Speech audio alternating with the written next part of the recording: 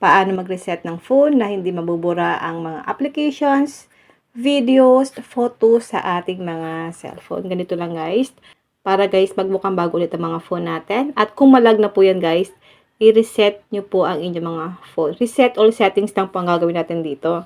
Ngayon guys, open lang natin ang phone settings.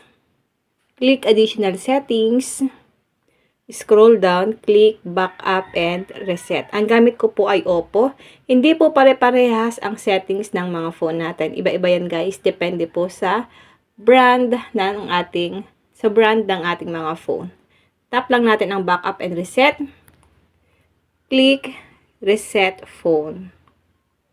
Remind ko lang po, kung hindi nyo po alam yung pag-reset ng phone, pwede po kayo magpatulong sa marunong. Hindi po tayo pwedeng magbasta-basta pindot ng pindot sa ating mga phone, okay?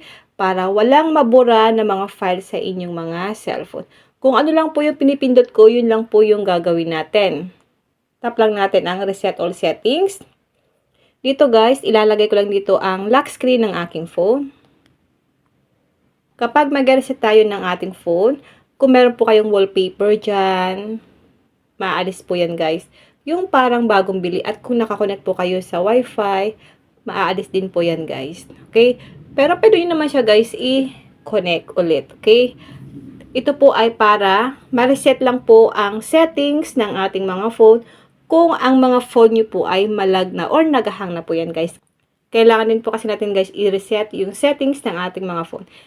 And then, tap nyo lang guys ang reset all settings para po ma-reset ang phone natin. Okay? Ganun lang guys kadali kung paano po mag-reset ng settings sa ating mga phone na hindi mabubura ang mga applications, videos, photos sa ating mga cellphone. And now, thank you for watching. Mag-comment lang kayo sa comment section kung may mga tanong kayo.